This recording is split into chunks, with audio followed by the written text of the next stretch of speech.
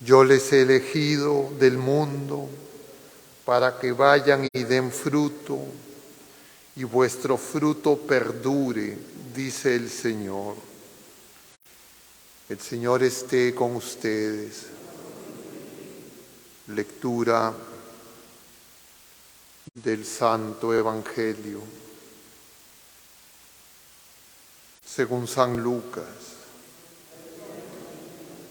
En aquel tiempo designó el Señor otros 72 y los mandó por delante de 2 en 2 a todos los pueblos y lugares a donde pensaba ir él, y les decía: la mies es abundante y los obreros pocos. Rueguen pues al dueño de la mies que mande obreros a su mies. Pónganse en camino, miren que los mando como corderos en medio de lobos. No lleven talega ni alforja, ni sandalias, y no os detengan a saludar a nadie por el camino. Cuando entren en una casa, digan primero: paz a esta casa. Y si allí hay gente de paz, descansará sobre ellos vuestra paz, si no volverá a ustedes. Quédense en la misma casa, coman y beban de lo que tengan, porque el obrero merece su salario. No anden cambiando de casa. Si entran en un pueblo y los reciben bien, coman lo que les pongan. Curen a los enfermos que haya y digan: está cerca de ustedes el reino de Dios. Palabra del Señor. Tomen asiento un momento, queridos hermanos.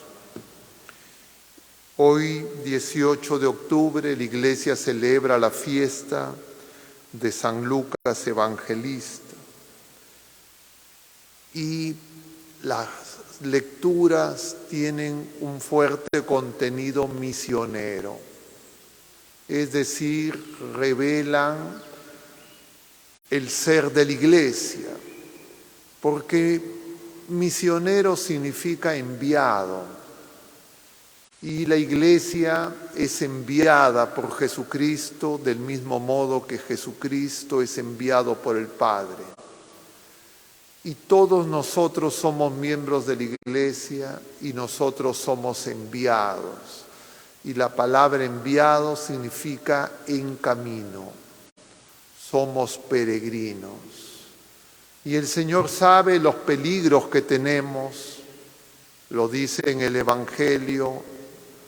Envía a sus apóstoles, a sus enviados, como corderos en medio de lobos. Pero no los envía con, diríamos, recursos humanos, materiales, temporales. El enviado va con el que lo envía. Y eso es muy importante que nosotros nos detengamos a meditar. Nosotros somos enviados llevando a Jesucristo, llevando al Evangelio.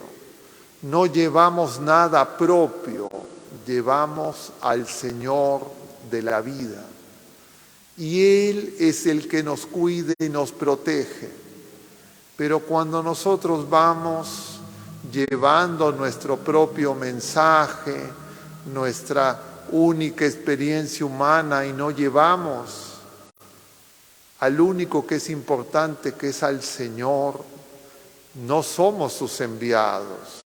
No estamos en camino, como decía la oración colecta de la semana pasada, llevando la gracia que nos precede y nos guía. Es decir, el Señor va antes y va delante. No vamos solos. Y eso es muy importante. Y no vamos solos, y somos a su vez enviados de dos en dos. Podría pensarse que eso es contradictorio, pero no. Es que el ser humano, así esté en medio de una multitud, si no está con Jesucristo, está en la más profunda soledad. Y cuando nosotros somos enviados, no vamos solos, no por las criaturas humanas que nos acompañan, sino porque Jesucristo va con nosotros. ¿Y por qué el Señor hace todo ese esfuerzo, ese camino? Para que nosotros descubramos que la vida presente es simplemente el inicio del despliegue de lo que será la vida plena y definitiva. De alguna forma, esa es la paz. La paz es la plenitud de la comunión en Cristo.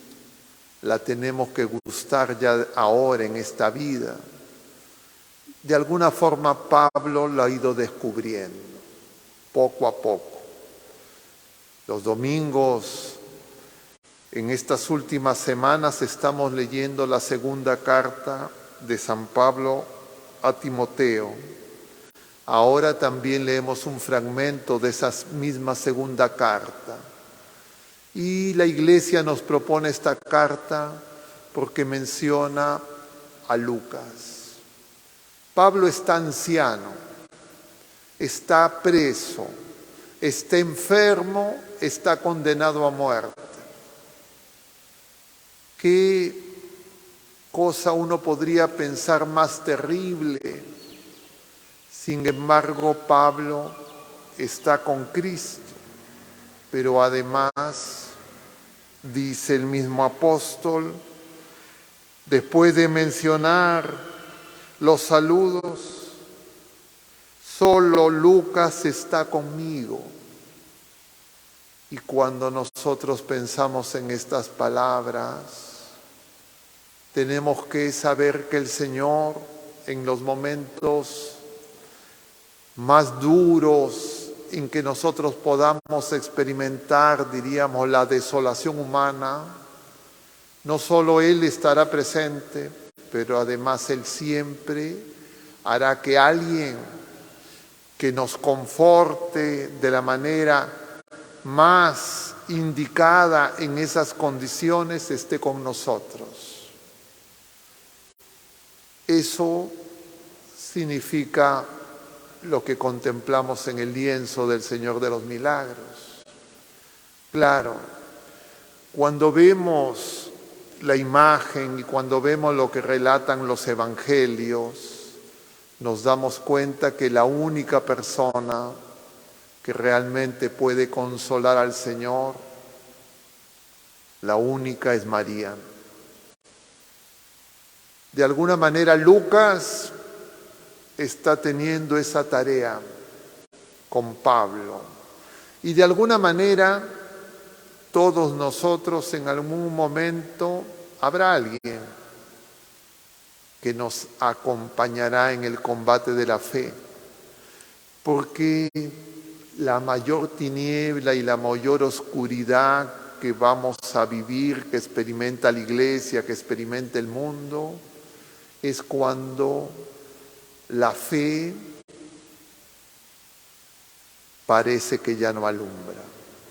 Parece que no responde todas nuestras preguntas, todos nuestros temores, todas nuestras dudas.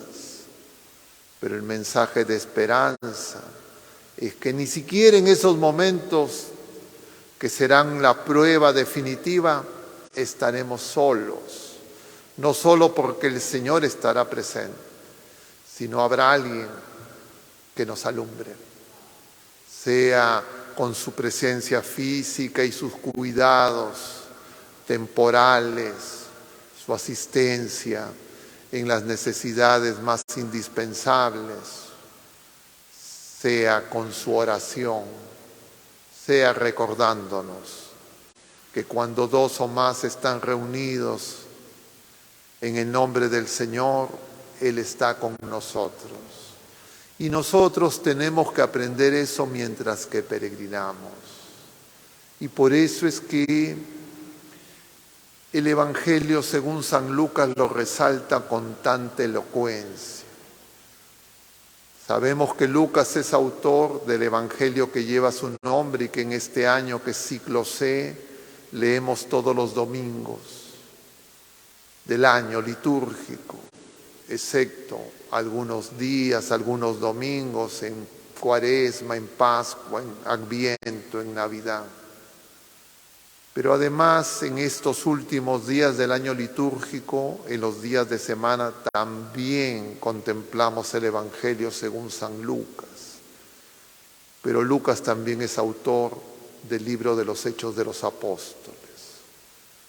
Y esa luz y esa fuerza que necesitamos no solo es la compañía de alguna persona de fe que nos ayude, que nos aliente humanamente, en la carne diríamos, sino también es para que recordemos que el Padre no nos abandona y que el Padre enviado también a dos, al Hijo y al Espíritu Santo, y que nunca nos van a faltar, pero eso lo tenemos que descubrir ahora, cuando todavía hay luz, cuando todavía vamos en el camino antes de que se produzca ese momento. Y el Señor quiere que lo descubramos. Y para eso necesitamos la oración. Y para eso necesitamos el silencio. Pero no para escucharnos a nosotros mismos. La oración no es una, entre comillas, autoconciencia. No es escucharnos a nosotros mismos, no es vernos a nosotros mismos, como se presentaba el pasaje del Evangelio de ayer, también San Lucas, en el capítulo 12, de ese hombre autosuficiente, de ese hombre que está en un soliloquio, no tiene ningún otro interlocutor, ni siquiera humano, frente a sí. Está imaginando, hablando con él mismo. Y esa, diríamos, confusión gnóstica de la autoconciencia, ahora está muy presente. Nos puede hacer creer que eso es oración. Nos puede hacer creer que no tenemos que ponernos frente al Señor de todas las cosas, y que Él viene a nosotros, no está lejos, está cerca. Y para eso necesitamos la oración. Y cuando esa oración son dos o más personas, es decir, es en espíritu y en verdad, es decir, es en el Hijo y en el Espíritu Santo, entonces nosotros seremos reanimados, confortados. Produce fuerte conmoción en nuestro ánimo estas palabras de San Pablo. Cuando lo veíamos en la carta a los Gálatas, cuando lo vemos en su confesión cristológica, en la carta a los Efesios, en la carta a los Colosenses. Entonces vamos descubriendo el itinerario de Pablo, y quien mejor lo registró fue Lucas, porque él fue el colaborador que estuvo más cercano a Pablo en los momentos definitivos. Por eso necesitamos ser curados, necesitamos ser sanados. Esa es la obra del Señor, para que podamos tener la vida bienaventurada de los hijos de Dios. Pero ¿cómo desear esa vida?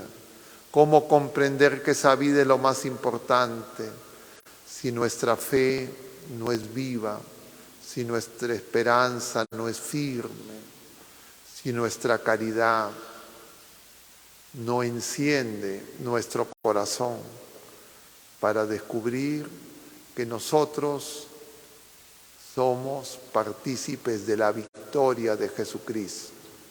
No esté en duda esa victoria, ni esté en duda la victoria de los enviados, no esté en duda la victoria de la iglesia, pero la iglesia tiene que ser probada, cada uno de nosotros tiene que ser probado, y siempre la prueba será entre la mundanización que busca acomodar la fe al mundo y la fidelidad al Señor. Uno es camino de muerte y perdición, el otro es camino de vida y bendición. Y Lucas escogió el buen camino. Pidamos pues que nosotros también, como los discípulos de Emaús, que nos describe este mismo Evangelio, escuchemos al Señor, escuchemos su palabra, para que arda nuestro corazón y podamos reconocerlo al partir el pan. Que así sea.